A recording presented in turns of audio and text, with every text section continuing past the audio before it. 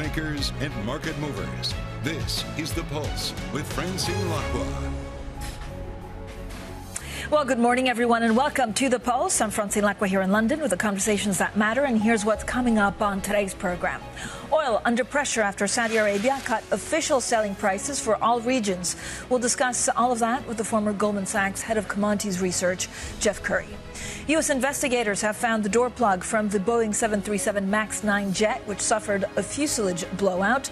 This comes as the models are grounded by airlines across the globe. Plus, U.S. Secretary of State Antony Blinken warns that the Israel-Hamas war could, quote, easily spill over into a full-blown Middle East conflict as he presses ahead with high-stakes meeting in the region. So first thing is first, let's have a look at what's going on with the European markets map. Now, we did have a pretty ugly, difficult start, volatile start to the year last week. If you look at what's going on at the moment, I guess a little bit of calmness. There's stocks and bonds are pausing after the choppy week that's been. Markets, I guess, looking for direction after some of these global equities and U.S. Treasuries slid the most since October last week on speculation that the Federal Reserve was in no rush to reduce interest rates. Now, it does seem that towards the end of 2023, there was a little bit of a difference between what we saw in the data and what markets were pricing. Maybe we go back to that new normal. Let's also look at Boeing. I think it's just opening pre-market. I think we have that call. So there it is. Boeing actually down some 9% after the extremely difficult weekend. We saw that fuselage. We also saw in the last couple of weeks and months Boeing with concerns. This is, of course, the biggest exporter from the U.S. Boeing down 8.7% in pre-market trade. Now, J.P. Morgan is predicting Treasury's bull run will continue after its current, quote, rest. The firm sees more short-term weakness, bringing the 10-year to around 4.25%, where it will eventually find material support. Now, let's get more on all of the market moves with Bloomberg's Ven Ram. Ven, last week was pretty incredible. What are the good morning and Happy New Year, first of all, but what are the arguments for and against the 2024 bond rally? Morning, Francine. Happy New Year to you as well. I mean, what we are seeing now is the first test of conviction for the markets for the 2024 trades, which was that the Fed will start cutting rates in March. Now, the jobless data kind of shows that, that may not quite happen the way the markets were envisaging before the start of the new year. But having said that, I do think that there is a merit in piling on to duration. I do think that Treasury 10-year yields around 4% are kind of fairly valued according to my model.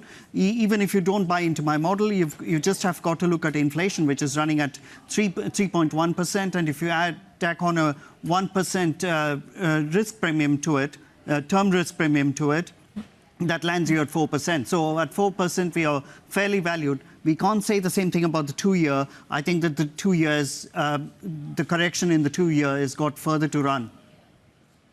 So, Ven, there are signs that the labor market is cooling. What impact could that have? Well, I think that, the labor market, while the labor market is cooling and the ISM services data painted a pretty disconcerting picture on Friday, I think what we need to take away from the jobs report is the fact that the earnings growth is growing at 4.1%. That's largely inconsistent with the Fed's target of 2%. That's the wage earnings is pretty much a proxy for inflation. So if it's running at 4.1%, the last mile of the disinflationary narrative is not going to be easy. Which is why I think that, expectations of a March rate cut are kind of premature. Ven, thank you so much. Ven Ram there. You can, of course, look at everything that Ven Ram is writing. You can also log on to the Bloomberg terminal and subscribe to all of his writings. Now, let's go back to Boeing. It's been a pretty incredible, I would say, 72 hours. Now, we also now know that U.S. air safety officials have said that they found the fuselage panel that blew off during this Alaska Airlines flight on January 5th. That means that they recovered a key piece of evidence in the probe of Boeing 737 MAX 9's aircraft sudden decompression. Now, on the back of it, it's the first time that we're actually seeing trading. We did see a bit of trading for Boeing in Germany, but now it's actually the pre-market open in the U.S., and you can see that stock is down some 8.4%. Now, this, of course, investors are trying to figure out whether the accident will affect production, whether this also affects any long-term harm to the plane maker's reputation. If you look at supplier Spirit Aerosystems, which installed the panel on the nearly new jet, it was down significantly, down 16.5% as we speak. So for more. Now, on some of what we're looking at in the market, away from Boeing, but back to the economy. For more on the U.S. jobs numbers and the battle against inflation, let's bring in UniCredit's Chief Economics Advisor, Erik Nielsen. Erik, so good to see you. To get us started on this Monday morning. I mean, last week actually was a bit crazy when it came to the market. And I feel like the end of 2023 was a bit of an odd one because the market was saying one thing and we were looking at data that said something else. Are we going to go back on track now? Yeah, I think there's a little bit of a repricing back. We got very excited about Powell's statement, particularly about the rate cuts. But the data are not quite there yet, as your colleague said. But so a little bit of moving back. I'm a little bit more optimistic with regard to rate cuts than he is. So I think the market probably has a little bit of pricing. I think the Fed is more likely now to start in May, if I had to make a guess. But what happens? So the labor market seems to be weakening, again, at the margins. Yeah, so in America, the whole question is about soft landing or not soft landing, and soft landing is sort of the better outcome where it could be a little bit more bumpy. And in that scenario, I think you would see the Fed start to cut rates. We also have an election at the end of the year. They don't want to crash land the economy for sure, right? On wage growth, he's right to say 4.1 is higher than the long-run consistent number, more like 3.5. But we have to remember we had this high inflation, so what labor is doing now is gaining back a little bit of the loss of real income. That's not long-term inflationary, and I think the Fed looks at it more in that term. But, Erik, do you find it useful to look back in 2023 and understand why we got all the predictions so wrong? And I know there was like a no landing scenario, a soft landing, but really it was all over the place. Is that useful to try and understand what we got wrong? And what do you think it was? Yeah, always. I mean, this is what we economists, we do spend our life on, where we look back. Introspection. Yeah, exactly. We see what we get wrong and we try to learn from it. The fact is that we have gone through a multiple set of shocks. And I don't know that we really fully understand it yet. But I think if there's one thing you take away now is that the whole inflation story was more a supply shock than a demand shock, and probably in America, for Europe for sure, right? But also in America. And therefore we are now seeing this quite rapid decline in inflation, even though labor market is strong.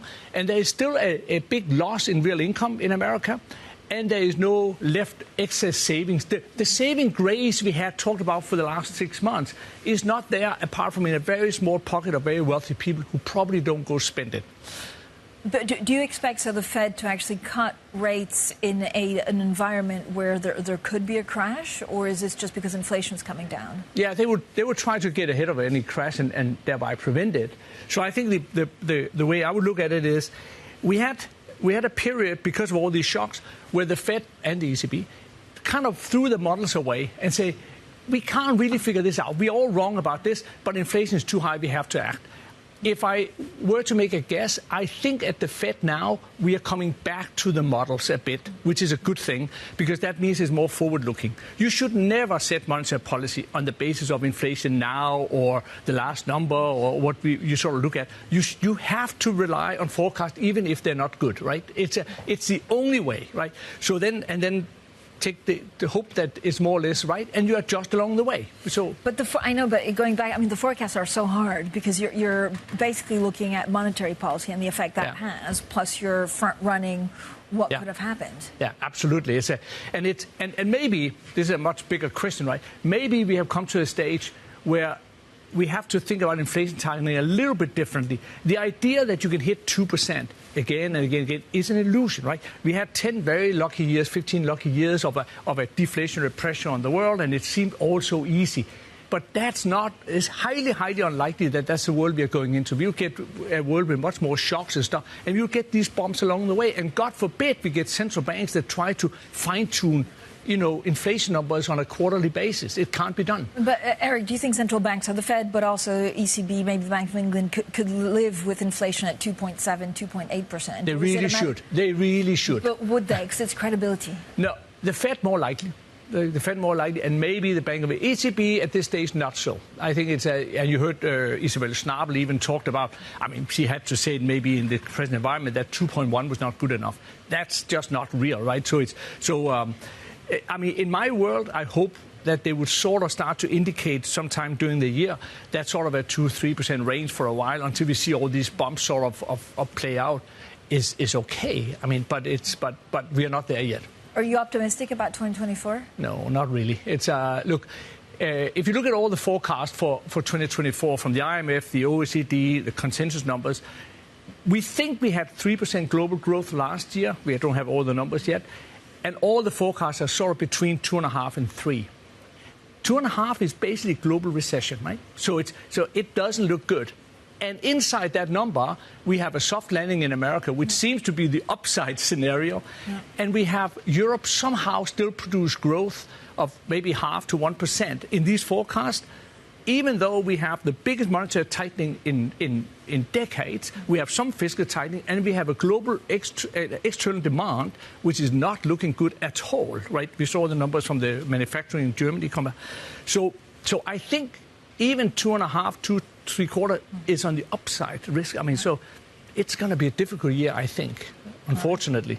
All right, unfortunately. Erik, thank you so much. UniCredit's Group Chief Economics Advisor, Erik Nielsen, stays with us, and we'll talk a little bit more about China. Now, let's also go back to Boeing again. The development that we heard in the last couple of hours, them finding the fuselage panel that blew off during this flight on Alaska Airlines, will help investigators examine what went wrong on that flight. But for the moment, Boeing down 8% pre-market, Spirit Aerosystems down 16%. They installed the panel on the nearly new jet. This is Bloomberg.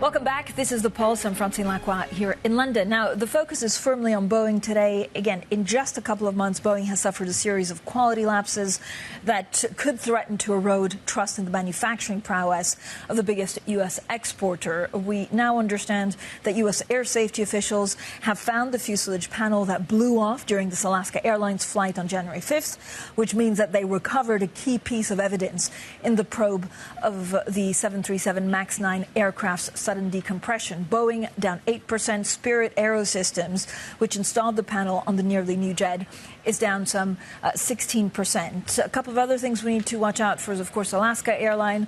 This was the flight where that panel blew off, and you can see Alaska Airlines pre-market 5.5% lower, United Airlines 2.6% lower. So let's get more now from our Bloomberg aviation editor, Benedict Camel. Benny, I mean, it's just incredible, actually, what happened over the weekend. What else is the safety board saying? So we've had two briefings from the NTSB on Saturday night and another one last night. And on each occasion, they came out with some pretty harrowing detail on what exactly unfolded on the aircraft.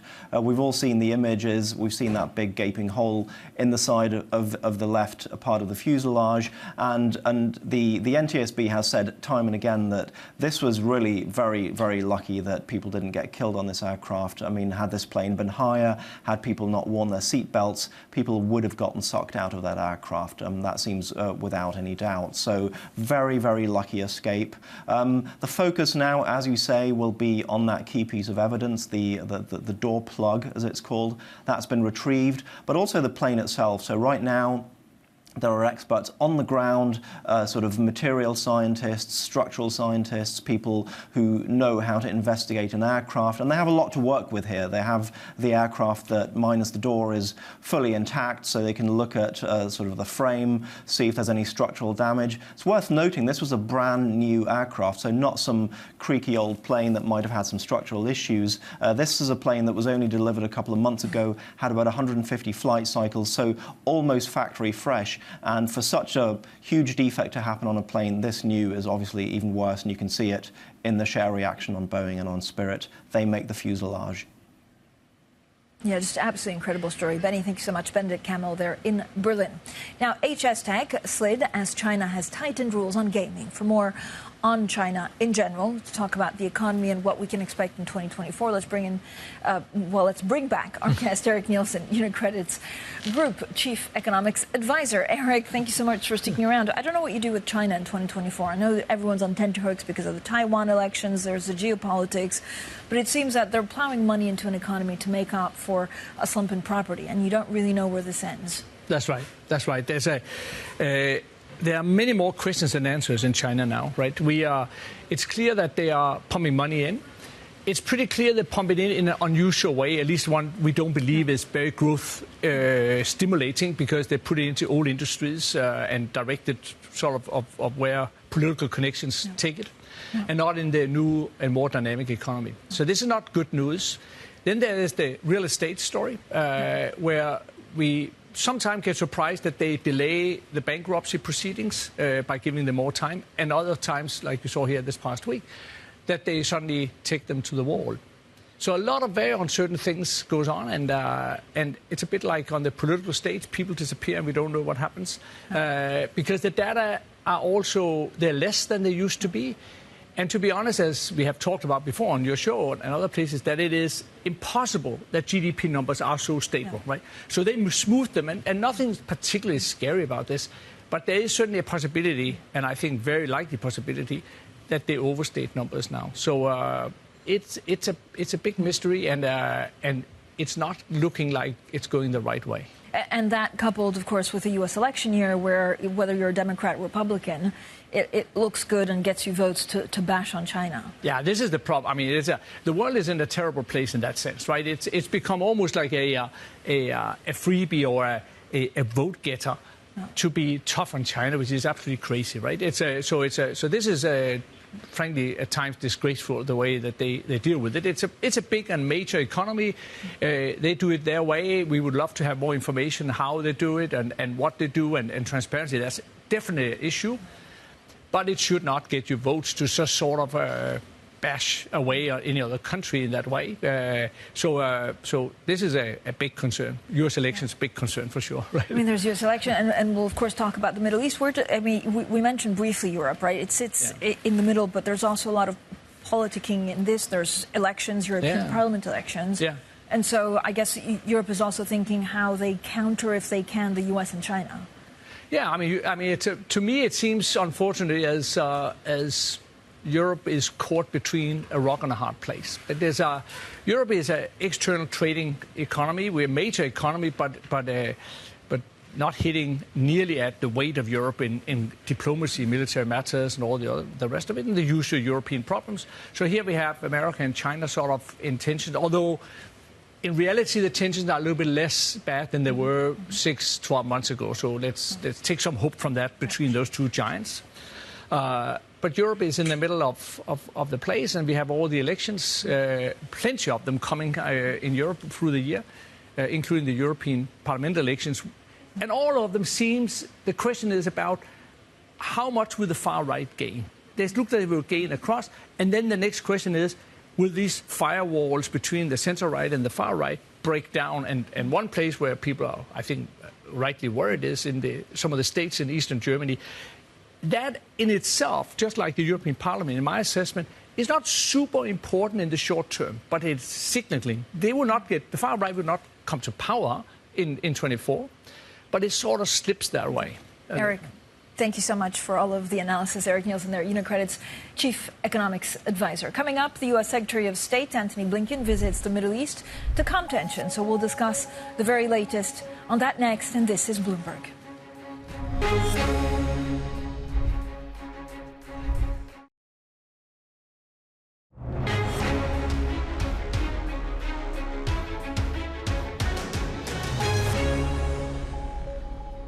U.S. Secretary of State Antony Blinken has warned during his latest visit to the Middle East that the Israel-Hamas war could easily spill over into a full-blown regional conflict. Now, for more on this, I'm joined by Bloomberg's EMEA News Director, Roz Matheson. Roz, good morning. So what are the main goals of Blinken's visit to the region?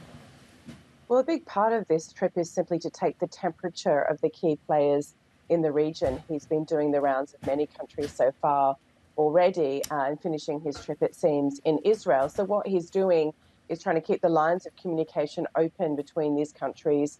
He's trying to assess what they're feeling about it, particularly Israel. Again, the determination that we're seeing from the Israeli officials to continue with their war in Gaza, no matter what, to continue against Hamas in Gaza, no matter what, despite the US pressure. And so is he able to get them to tone that down? Is he get them to slow down their war in Gaza? Can he continue to get negotiations for the remaining Israeli hostages to be released? And can he avoid this conflict spilling into a broader Middle East conflagration. Those are the overarching goals. Whether he's made much progress on that remains to be seen, because for now at least, there's no progress in releasing those hostages, and certainly there's no sense that Israel is ready to slow down its war in Gaza.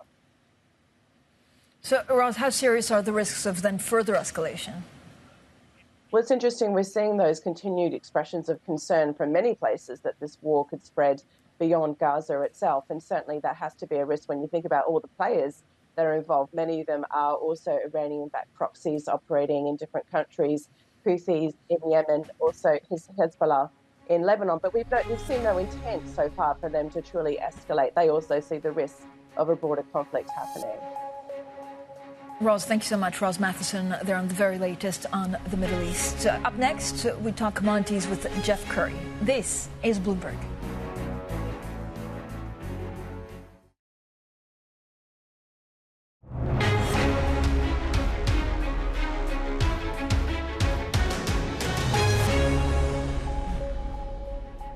Oil under pressure after Saudi Arabia cut official selling prices for all regions. We'll discuss with the former Goldman Sachs head of commodities research, Jeff Currie.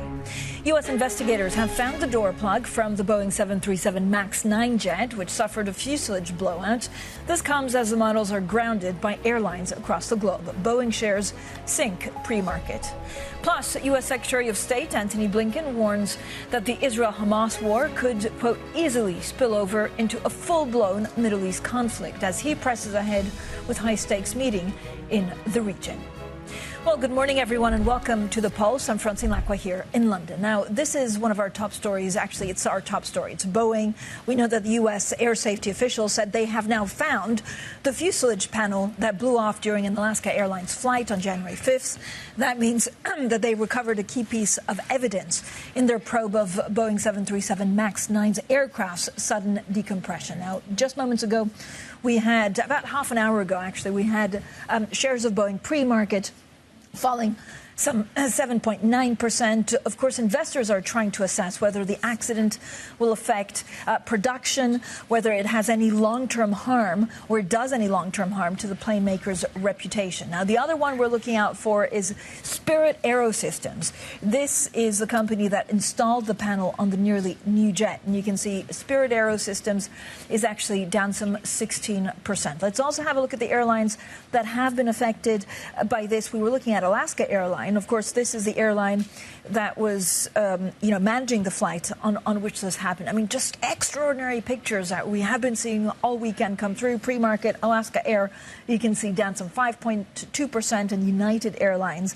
is down some 3%. So we'll have a full look, and anything that comes out of the investigation as they now have the panel in hand will bring you, of course, so stay tuned to Bloomberg with more on that. Let's talk commodities. And Saudi Arabia is cutting its February oil prices for buyers in all regions, including its main markets in Asia. Now, the price cuts come amid persistent weakness in the market. Well, I'm very pleased to be joined exclusively by Jeff Currie. He's former head of commodities research at Goldman Sachs and chair of the advisory board of the University of Chicago's Energy Policy Institute. Jeff, we've missed you on air. Yeah, it's been 6 months. Have you been taking a break? Yeah, I've been out trying to enjoy the beaches, so it's up. I am now a free agent again, and so we'll see what that entails. So, and we'll talk about what you'll do next in a second. But what's it looking like for 2024 for commodities? I know we had a choppy week last week. Mm-hmm. There's politics. I mean, it feels like everything could go okay or everything could go terribly wrong this year. Right. Well, it went terribly wrong last year. Actually, maybe that's a good place to start, is talk about really what happened last year, because I think it's teeing it up for a reversal of some of those pressures. And the setup we have going into 2024 is classic end of cycle, which is stating you always want to own commodities. Inventories are low. Number one, spare capacity outside of oil is exhausted, and most of that spare capacity in oil resides in Saudi Arabia and UAE, and demand is at record levels. So you put those three facts together, the fundamentals are not that bad. People talk about an oil glut and everything, and you're pointing out Saudi's weaker pricing, but the reality is you're still sitting at $75 a barrel. Right. And the return on capital employed at these price levels is somewhere around 20%. So that's, the setup going in. And then I think one is on China. China, you can't deflate and delever at the same time. It's impossible because you're fighting yourself doing that. So they have to begin to reflate because a lot of the disinflation being exported around the world is coming out of China. And then the third point is with the immaculate disinflation, what you have is a likelihood that central banks around the West are going to cut rates. You do that, you're teeing yourself up for a fantastic 2024. So what you're telling me is that there's definitely a bullish case, right, Yeah, for oil in 2024. Well, but no one's really seeing it because everyone's just so gloomy I think it's they've been beaten up so bad over the last year trading these things that their willingness to take a strong view, either bullish or bearish, is just not there. You know, consensus view is a trading range from 60 to 90. But again, I mean, and what people missed last year was the outperformance of U.S. shale production. Could that happen this year again? But why is everybody focusing on 300,000 barrels per day? Because we missed it. You missed it, but you missed 800,000 barrels per day out of Iran, 150,000 barrels per day out of Venezuela, 2 million barrels per day out of Russia. Okay. And you're worried about 300,000 barrels a day. That's why I was gone for that 6 months while this obsession with U.S. shale was out there. But you know why? Huge. Let me tell Venezuela in Iran. I know, but you feel like it's further afield, so it's more difficult to look at the numbers. I mean, U.S. shale production is right there. I mean, you should be able to analyze it, right? Yeah. With more consistency. Actually, if you look at where the big miss was, it was in the Gulf of Mexico. It wasn't shale. Right. And what it was the Europeans quit spending on renewables in green investments and redirected that CapEx into the Gulf of Mexico. That's a one-off. But when if you look at Goldman's numbers, they missed it by about 400,000 barrels per day. 200 of it was Gulf of Mexico, 100 Permian, 100 Bakken. The Bakken can't be repeated. Gulf of Mexico can't be repeated. The only one that can be repeated is the Permian, but you're fighting against decline rates. But I'm going to go back.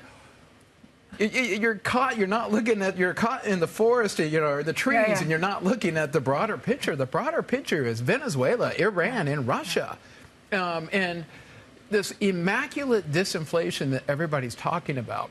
There's 3 points I want to emphasize about it. One, it was global synchronized disinflation. 2, it occurred against a backdrop of record commodity demand. 3, it occurred against a backdrop of a very strong U.S. and a relatively good China, good global growth. Therefore, it cannot be demand-driven. It was supply-driven. And can monetary policy or fiscal policy create supply in 1 year's time? No. The only thing that can do that is regulatory easing. And where did they regulatory ease? Sanctions on Venezuela, Iran, and Russia. 2, environmental policy. And then 3 is on immigration policy. So you got more energy, more food, more labor, and that created this immaculate disinflation. Are any of those things repeatable next year? No. Okay, OPEC also had a difficult year because of Angola leaving, right? Can Saudi actually keep it together, keep the group together? Everybody's focused on Angola. Are we ever going to drill for deep water offshore like that ever again? No. I mean, you're not going to put $20 billion into a 30-year deep water offshore platform that's going to be producing oil, well beyond 2050. The answer is no. The only 3 places that are going to produce oil in the future are United States, fast cycle shale production, Middle East, and Russia. And so you have Saudi Arabia, UAE, and Russia together, which are the rest of this. They're fringe players. Okay, I like that, fringe players. Yeah. Do you think the UAE and Russia will continue going along with what Saudi Arabia want? Yeah, because it's in their interest. It's in both parties' interests. What I like to say is Saudi Arabia manages the market to the downside when it's going down. Russia only manages the market to the upside when it's going up. So you got to be a little. In fact, that's another important point about. Let's go back to what was a big miss. It was sanctions. I mean, Russia was exporting the highest level in the last week of December of last year, which tells you just everybody's turning a blind eye to it. What does it? So this year, what kind of economy? And we also got everything wrong on the U.S. economy, right? Yep. There was no landing, then there was a hard landing, then there was a soft landing. Well, I have to say Jan Hatzius got it right. So my colleagues at Goldman got it right. He did. We got it wrong on all the market side, though. But so what does that mean for 2024? Is there going to be introspection on trying to call what the markets do in general, or are you confident that the economy kind of glides? I think everybody got beat up so bad last year, they're unwilling to take a strong view. And I think that the setup for all these markets is better than what it was last year. I mean, you even take consensus GDP growth, they're just a slight bit lower than what they were last year, but they missed last year. So that means it's a pretty big bump up in expectations on growth. Because again, you have your immaculate disinflation that's going to allow central banks to ease. And by the way, that's just classic. We went through the mid-cycle pause. We're going into the second half of the business cycle. This is just classic. But nothing's happened. Commodities. I know, but nothing's happened to the labor market, so there's nothing classic about that. So you don't really know where that ends up. Well, let's go back to one of my 3 points, where one of the issues that really aided the labor markets was immigration. Immigration in Canada, UK, and Germany was 2x. Now, I want to be careful. There were Ukrainian immigrants, and I think that's really important. But what it says, you got a one-off increase in labor supply that dampened the wages. That allowed this immaculate disinflation to occur. By the way, Goldman did a great piece on that if people are interested. And I think that the key point here is what that did just gave everything longer run room. So it got more. Actually, the other thing I want to go into about that can reverse in 2024. We didn't talk about the environmental policy. The other immaculate disinflation.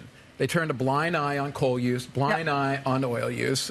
Coal in Indonesia, India, and China, all-time high. A lot of that disinflation coming out of China, burning coal. Deforestation for more soy, cutting down the mangroves in Philippines for palm oil. I like to point out, people were unwilling to pay for their politics. And, and now with disinflation, inflation coming back, everybody's going to be green again. Jeff, I remember this epic interview you gave me maybe 18 months ago where you say, we're running out of everything, and this is a massive problem with commodities worldwide. Have we redressed that with investment? No. So it's just getting worse? We gave the world extra supply since you and I did that interview. You got the SPR, then you had Venezuela, then you had Iran, then you had Russia. You've got all this extra supply. You had more agriculture put into the market, again, turning a blind eye to environmental policy. But metals, I wear my copper bracelet here. The copper story, the metal story, aluminum, it is as tight as it was in 2022, 2021 when we did that interview.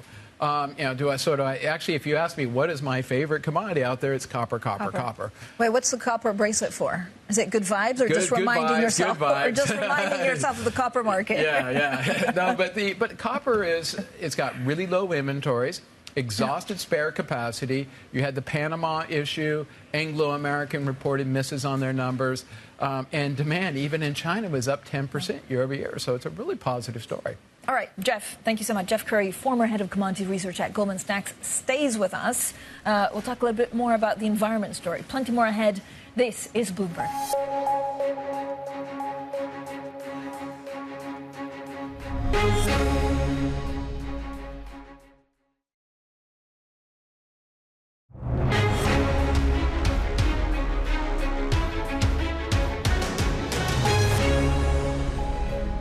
The conversations that matter, the insights you need. This is The Pulse, and I'm Francine Lacqua here in London. Now, still with us, Jeff Currie, former head of commodities research at Goldman Sachs and chair of the advisory board of the University of Chicago's Energy Policy Institute. Jeff, it's so good to have you back. You kind of went through a less gloomy scenario, right, for commodities in 2024 than I think what the market is pricing in right now. We talked about the energy transition. I don't know whether you think that COP28 was a success. Oh, I think it was an absolute smashing success, because it brought the dialogue to a global basis and down into the oil companies in the rest of the world. So, and recognition that LNG is a transition fuel. So, in terms of making progress with the challenges that the energy transition has faced with its audience, I think it's done a tremendous job.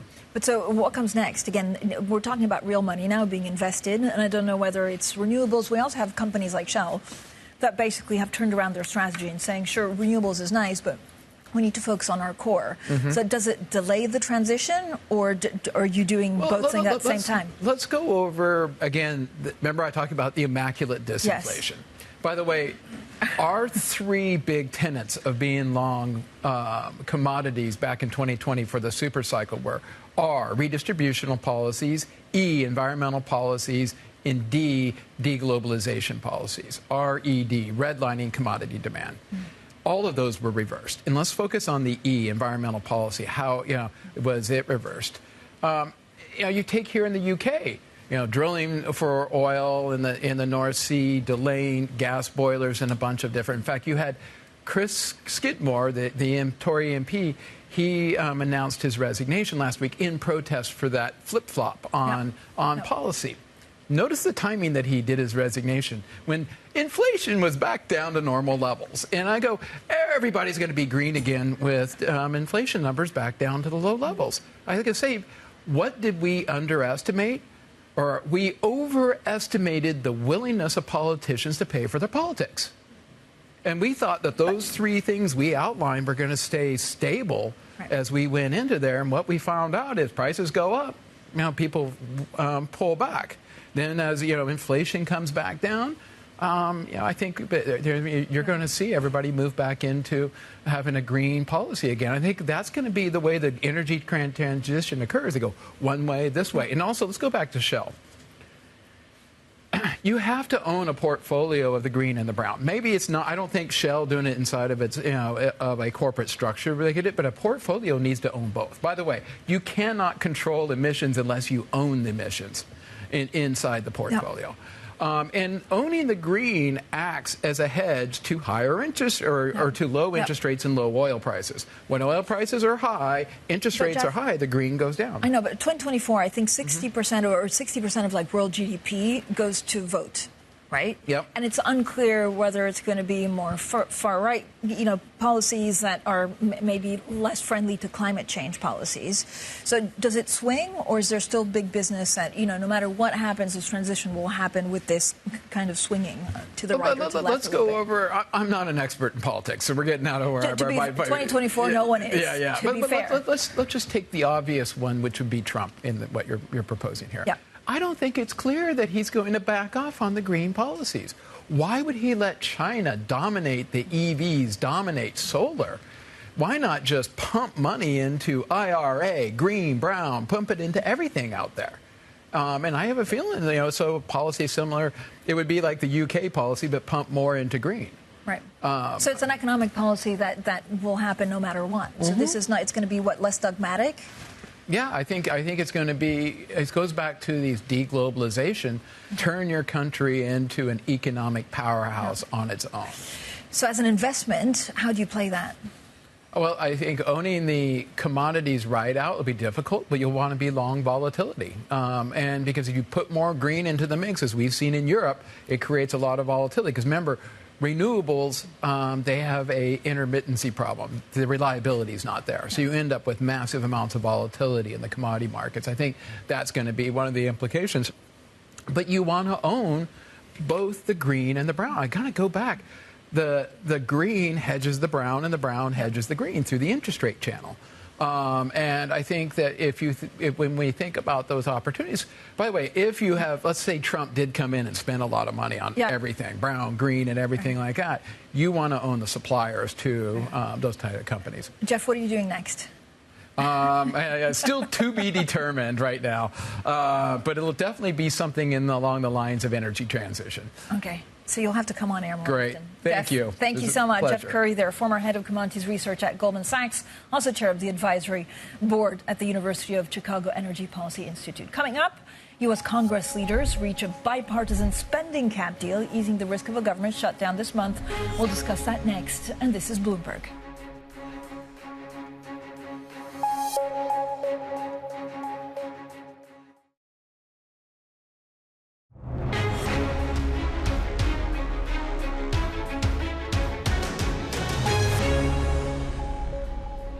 Well, the conversations that matter, the insights you need. This is The Pulse, and I'm Francine Lacqua here in London.